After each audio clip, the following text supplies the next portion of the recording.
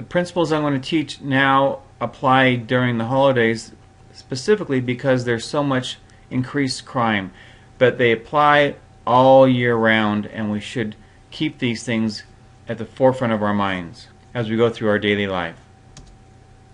12 years ago, when we were at church, our house was burglarized 3 days before Christmas. The thieves took every Christmas present that we had under the tree.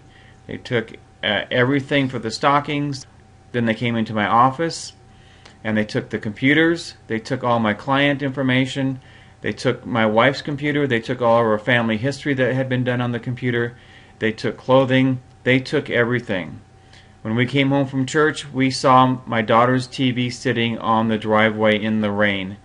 When I saw that, I knew we had a problem.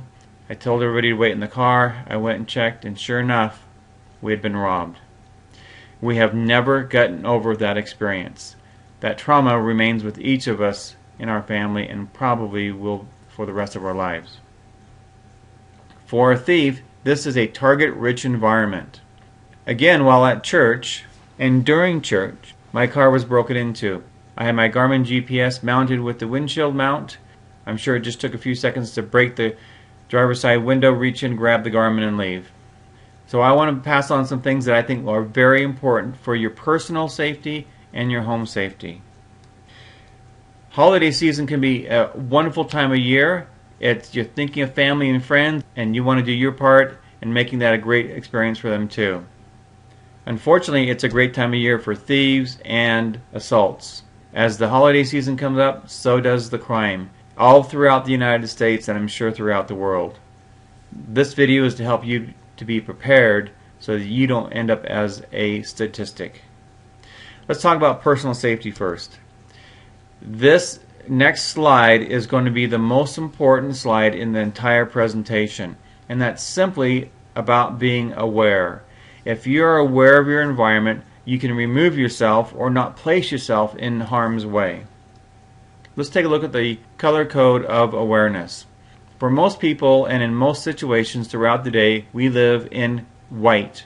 White is unprepared. You're kind of oblivious to what's going on around you. You're on your cell phone. You're busy dealing with the kids. You're putting stuff in the car after going shopping. And you just really don't know what's going on around. That's a very dangerous place to live. And as you can see with these rings around this image here, there's no barrier or protection. There's immediate access to you and your family and your belongings. Cold yellow is where my wife and I and our children live day to day. It's a relaxed alert. We're simply aware of what's going on. For example, as I'm approaching a gas station to go fill up my car, before I even enter the gas station lot, I'm looking to see who's outside, filling up their cars. I'm looking to see who's sitting in the cars, not filling up the cars. I'm looking to see who's standing around. Then I pick an appropriate place to fill up my car. It may not always be the most convenient, but I think it's the safest. I'm cautious, and I'm aware of my environment 360 degrees around me. So being in cold yellow adds an extra ring of security around you. Same thing happens when I go shopping. I spend a lot of time at Home Depot, it seems like. And so before I pull in the parking lot and look for a space, I'm looking down the rows. I'm looking to see who's sitting in cars looking at other cars. I'm looking to see who's loitering. Now, I have been caught off guard more than once by not being in code yellow, and it's very alarming. And I've been able to stop situations because I was in code yellow and avoid a possible threat. So what I'm recommending is that before you pull into a parking lot, before you get out of your car, before you decide which cash register you're going to go to, just be aware of your situation. This isn't a big deal. It just becomes natural to you to be aware. As good of a person you may be, there are bad people around. Evil simply exists. Don't set yourself up as a target. Be alert. Now, because you are in code yellow, you may identify a possible threat. That's when we go to code orange. For example, I was in a gas station and somebody that I did not know started walking up and approaching me. I simply said, "Stop where you are. I don't know who you are. What do you need?" The 2 times that happened and the time it happened in the parking lot, they were panhandlers. I said, "I'm not interested. Leave. Go away." But at that point, I had to decide what I was going to do. What you don't want to happen is to look up and have that person right there in front of you. And what's worse is to look up and have that person right there and not realize his partner is coming up from behind you. Shocking video of a grandfather getting beat up while he was getting gas, leaving him with a fractured skull, a blood clot to his brain, and a broken nose. When I start thinking about it, I'm lucky that's all I got was knocked out. 78-year-old John Fowles, a Marine Corps veteran from San Bernardino, was on his way to work at 4 a.m. when he stopped to get gas. You can see in the security video 2 men walking up to him. He says all he remembers is them asking him for money and then getting punched in his face, knocking him out cold. They were looking strictly for cash. Fowles spent 4 days in the hospital, 2 days in ICU. He says the men ripped his jeans just to get his wallet. Fowles has been married for more than 20 years and has great-grandchildren, and says as mad as he is, he knows it could have been a lot worse. You need to be aware of 360 degrees around you. But if you identify a possible threat, you need to decide what you're going to do and how you're going to get out of that danger. If you're in a public place and you think there's danger approaching, you yell out as loud as you can so everybody else in the parking lot can hear you. So when the police come and they say, what happened? They say, well, that person yelled and that person kept on coming. And so they had to defend themselves. So yell to stop and shock the possible threat and to let other people around you know what's going on. It also shows that you're not going to be an easy target. The threat may not stop, and you may be in code red, and the fight may be on. Now what are you going to do? Potentially you could be protecting your life, you could be protecting your children, you could be protecting your home, your valuables. What are you going to do? What I recommend that you do is get prepared.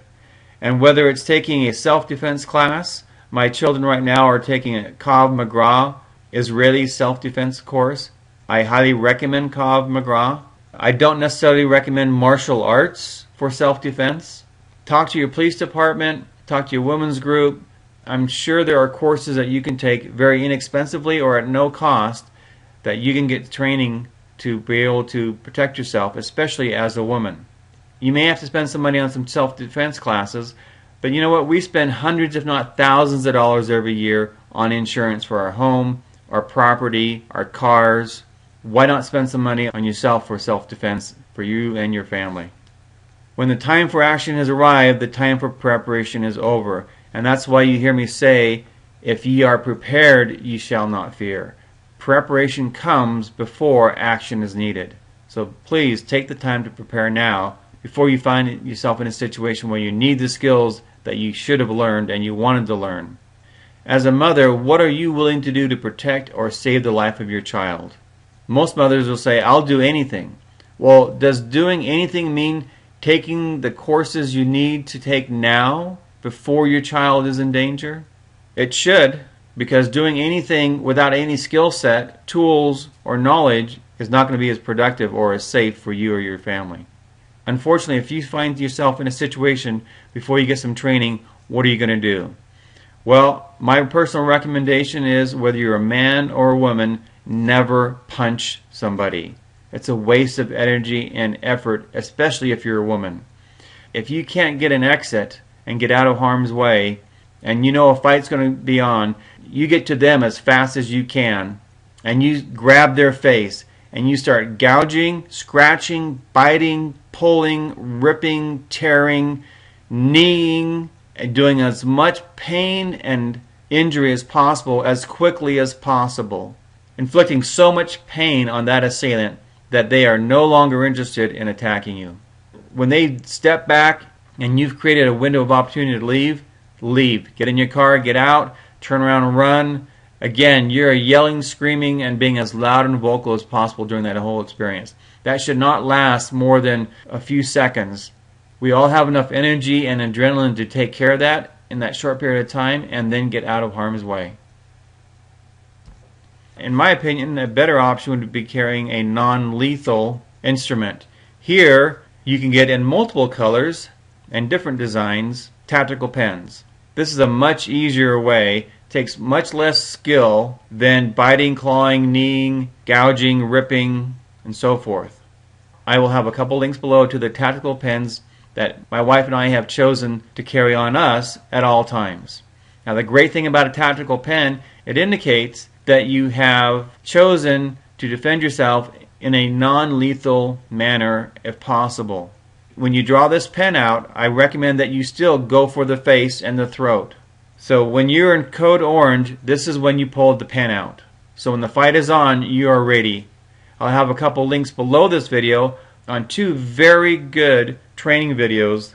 By watching those two videos and practicing at home, maybe just on a box, a pizza box, very quickly you can become very proficient with using a tactical pen.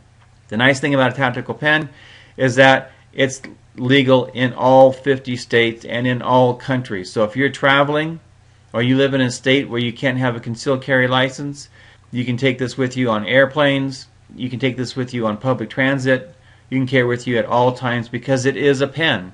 Another nice advantage is if you're driving in the winter and your car slides off into the river, this will break the glass and you can be able to get out. I highly recommend getting one of these inexpensive, good-looking, easy to use, easy to carry self-defense tools. The next best thing would be to have a police officer with you 24/7. Unfortunately, that's simply not possible. Police officers will tell you that they are not there to protect you because they just simply can't be with you all the time. They wish they could, but it's simply physically impossible. And you have to ask yourself, why do people call law enforcement? Why do they call the cops? The reason is very simple. The cops have the guns and they have the authority to use them. Well, do you know what? In all 50 states in the United States, you are allowed to have a gun, especially in your home. And you have the authority to use it to protect your life. I want to share some important facts about guns and how they save lives. I will have a link below to the article, and I hope you take the time to read the entire article. Guns save more lives than they take, and they prevent more injuries than they inflict. And you can pause this and read these screens yourself, but guns are used 2.5 million times a year in self-defense. That means about 6,850 times a day, people are using their guns for self-defense. That means that 80 times more often firearms are used to protect lives of honest citizens than to take lives. Now this is a very interesting statistic. Out of the 2.5 million times citizens use guns to protect themselves, less than 8% of the time citizens will kill or wound their attackers. The majority of the time, simply by drawing the firearm out is enough to stop the assault. I am a big advocate of concealed carry. Evil exists. It is non-discretionary. And evil people will attack who they perceive are an easy target. You need to be able to protect yourself. Here's a good example of evil existing. Over 200,000 women in the United States use a gun every year to defend themselves against sexual abuse. That's 200,000 women a year who aren't sexually abused because they have a firearm. If you're concerned about the safety of firearms, take firearm safety course. If you don't know which firearms to use, get with somebody who knows firearms and you can shoot several different handguns. I wish we lived in a safe world and there were never any threats.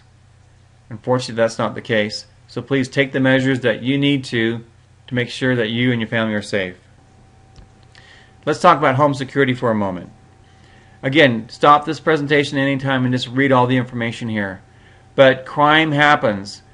This data is a little dated. In 2010, there were over 2.1 million burglaries in the United States. 73% of those happened in residential properties. Over here in the lower right hand corner, it shows that 41% of robberies do not involve a weapon. However, 29% involved firearms and 10% involved using a knife. Ask yourself now, what are you going to do? What is your plan of action if you are home when someone breaks into your home? Unfortunately, when I was in Houston, just down the street from me, an entire family was beat to death with baseball bats. They were all up watching TV. Two guys went into the house with baseball bats and they beat them to death. Unfortunately, also in the Houston area, an entire family was shot to death by a estranged family member. Out of the entire family, only one daughter survived, and she survived because she played dead. Being in code yellow means that you have taken measures to protect yourself in as many situations as possible. The majority of thieves use the front door to break into a home. A general mode of operation is they'll knock on the door, they'll wait to see if anybody answers. If nobody answers, they take a step back and they kick the door in. If there's no alarm, they simply walk into the house and close the door, and no one in the neighborhood is the wiser. Then once they're in the house, the first place they'll go is the master bedroom, because most people will keep their valuables in a dresser drawer, bedroom closet, and sometimes even a freezer. I highly recommend and use a safe. I'll have a link below to a small one that I really like. I also have a gun safe. And I don't recommend that you use any kind of electronic lock on them. I recommend that you use a manual lock in case the battery is run out, there's electrical surge. None of that will make any difference if it's a mechanical lock versus an electronic lock. Please take note of these 10 things that you can do easily and quickly to increase the security of your home. Pause the video and take a look at this. I don't need to read this to you, but this is good information for you to be aware of. Let's talk about some specific things that I recommend that you should do. I am a big fan of locks and using the locks and using the proper locks. Now this is an example of a lock that I don't recommend because this lock on the inside does not have a key and it's right next to a window. That means a thief can simply break the window, reach in, turn the latch, and be inside your house. I recommend having a lock on both the inside and the outside of a deadbolt with a 3-inch throw on it if it's next to a window. Everybody in the family should know where the key is. It should be in the vicinity of the door in case of fire or emergency where you need to get out. Don't put in a lock that a thief can easily break a window and turn and be inside your home. I can't tell you how important it is to have the outside and the inside of your house well lit at night. I do recommend LED lights, and I do recommend motion sensitive lights. That way the lights aren't on all the time, or have them on a timer. But having your house well lit at night, either by a timer or by a motion sensor, is really, really important. Take a look at this house here and see how well lit it is, inside and out. I might close the curtains here, but you can see there's no place for a thief to hide. Versus this home here, where somebody could be hiding behind the bushes or behind this tree. They could actually be in the process of breaking into your home, see you come home, hide behind the tree, and then wait for you to open the door for them, and then they just shove you through the door. Then you're inside, they're inside, and you've got a big problem. I am a big advocate of having security systems. However, if you don't have a security system right now, get some window stickers and put them on all your windows and doors. Thieves are looking for an easy target, and if they think that you have a security system, they'll go someplace else.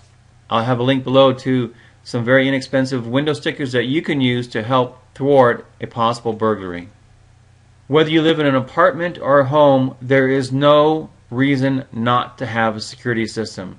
I highly recommend the Fortress security system. I'll have a link below. This is very, very affordable. There are several things that I like about this security system.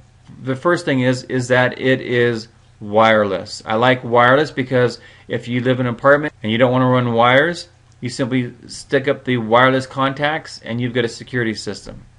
I like that it has door and window contacts, and I especially like that it has motion sensor contacts. I was in the home security industry for several years.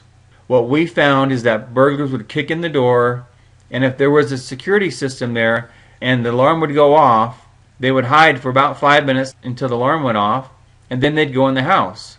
Well, because most people don't have infrared or motion sensors inside the house, then they could simply walk around the house and rob the home. With motion sensors, that isn't the case. As soon as they walk in the house, it sets the alarm off again. Something else I really like about this system is that it has internal and external sirens. The external siren is actually wireless, but it does need regular home electricity. The internal siren is wired directly to the control box here. I like that it has a dedicated panic button and it has 3 fobs. There are different configurations here that you can purchase. I'll have links below. I can't say this with enough emphasis. Whether you own a home or you're renting a home or renting an apartment, you absolutely need a security system. You can have a very good one that you can easily install in just a couple hours. You can also get this system so that it will text you if the security system goes off. It will also allow you to listen in to the built-in microphone in the control panel. It will also allow you to control it remotely. And you can add monitoring to it if you like. I'm not a big fan of monitoring. Even when I sold home security systems, I never had one of my clients have monitoring. Most burglars are in and out of a house in just minutes, way before a police officer would ever show up. By having the stickers in the windows letting them know you have a security system, by having the indoor and outdoor sirens, it's going to warn them and anybody who may be inside the house. It has a chime mode, so if anybody opens the door and the security system isn't set, we always have our chime turned on at our house, day and night. This system has all the features that I think is important. You can maybe add glass break module to it as an extra measure, and for it to be able to call your cell phone or home phone or up to 5 different phone numbers. Anyway, take a look at this security system if you don't have one already. And get one now. Don't wait until you are a victim like our family was 3 days before Christmas. I also am a big advocate of security cameras, but I am not a big advocate of fake security cameras. That's like taking an unloaded gun to a gunfight. First of all, once they're triggered, it can send you a text and then you can see what's going on live at your home. But primarily it's to be able to identify who or what is around or in your home. The security system that we use, I can log in at any time from any location on my cell phone anywhere in the world and view all the cameras live or view the recordings, because it will store up to a year's worth of data from all 8 cameras. This will typically cost you more than the security system, and I would put this in after I have a security system installed, not before. So this may help you identify the thief, identify the incident, and possibly help get your property back, and it can also deter a burglar from breaking in if they notice the cameras. I like the little yappy dogs. Burglars, thieves hate them because they're like setting off alarm. If you're planning on using your dog as a shield, you're just putting one of your family members in harm's way. Unless that dog has had specific training to protect the home and the family, your family pet is not a reliable security tool. I hope you really take this information to heart. I've worked long and hard on this presentation to cover the information to help you and your family be safe. Please have a security discussion with your loved ones and take the time to get the training and the tools that you need to keep your family safe during the holidays and through the rest of the year. This is LDS Prepper reminding you, if ye are prepared, ye shall not fear. Take the time to prepare now before the time for action comes.